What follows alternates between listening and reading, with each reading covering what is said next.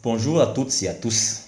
C'est un immense plaisir pour moi de vous présenter aujourd'hui ce poster qui s'intitule Identification électronique des bovins, traçabilité au service de la sécurité sanitaire des aliments à Madagascar. Avant tout, je tiens à me présenter. Je m'appelle Razavna Rivtir. Je suis chercheur au niveau du département de recherche zootechnique, vétérinaire et piscicole du Centre national de recherche appliquée au développement rural, FOFIFA, Madagascar. À Madagascar, le bovin représente une forte potentialité, encore largement exploitable du fait de la présence d'une grande surface pastorale disponible dans toute l'île. Cependant, par manque de traçabilité, plusieurs manques à gagner sont à déplorer dans cette filière, comme l'exportation de viande vers les marchés internationaux. En effet, la traçabilité des produits animaux jusqu'à l'élevage d'origine est une nouvelle contrainte du système de production mondiaux qui vise à satisfaire les exigences de santé publique et de la sécurité alimentaire.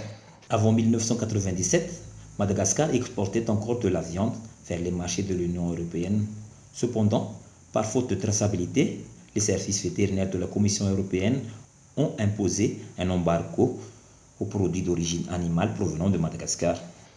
Mais c'est quoi vraiment la traçabilité? De la fourche à la fourchette et de l'étable à la table. Je pense que pas mal d'entre vous ont déjà entendu ces mots.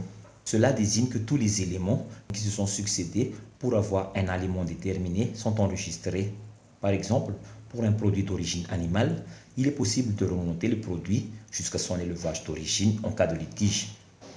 Dans le temps, plusieurs systèmes de traçabilité ont déjà été utilisés par les zootechniciens, comme le marquage au fer rouge, mais cela a présenté des problèmes d'éthique, surtout pour les protecteurs du bien-être animal. Il y a également les en-têtes des oreilles, mais qui sont facilement falsifiables et les oreilles peuvent être aussi coupées. Enfin, il y a les boucles auriculaires, qui est le système utilisé à Madagascar actuellement. Dans ce système, le numéro de la boucle est recopié sur toutes les portions des viandes. Cependant, ce système peut également être falsifié et le taux de rétention annuel de la boucle est inférieur à 98%. Or, selon les recommandations du Comité international pour l'enregistrement des animaux en 2005, le taux de rétention annuel des dispositifs d'identification animaux doit être supérieur à 98% pour obtenir l'agrément.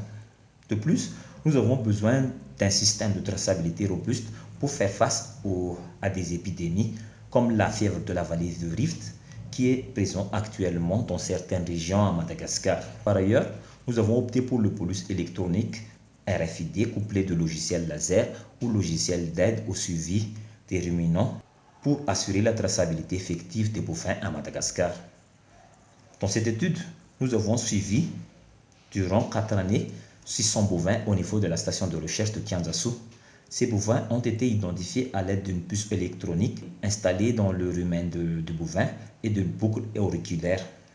Chaque mois, ces bovins ont été scannés à l'aide d'un lecteur spécifique pour déterminer premièrement le taux de rétention de la puce, mais également pour enregistrer dans le logiciel laser les événements qui se sont déroulés durant le mois, comme par exemple les traitements sanitaires, les naissances, les mortalités, etc. Cette étude a permis de déterminer que ce dispositif permet de remplacer le système utilisé actuellement à Madagascar. Il remplit bien les éléments de base du schéma de traçabilité des animaux vivants et de leurs produits, qui sont, premièrement, les dispositifs d'identification permanente, deuxièmement, des registres d'ordre d'activité, troisièmement, une base de données centralisée ou interconnectée, et enfin, un système de contrôle de l'ensemble. Il permet également de définir le taux de croissance annuel des bovins, car cela est indispensable pour pouvoir limiter les taux d'exportation afin de préserver le cheptel national. Enfin, il pourrait contribuer à la lutte contre le vol de zébus recrudescentes à Madagascar.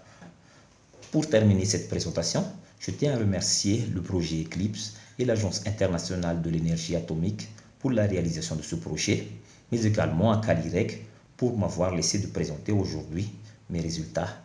Merci.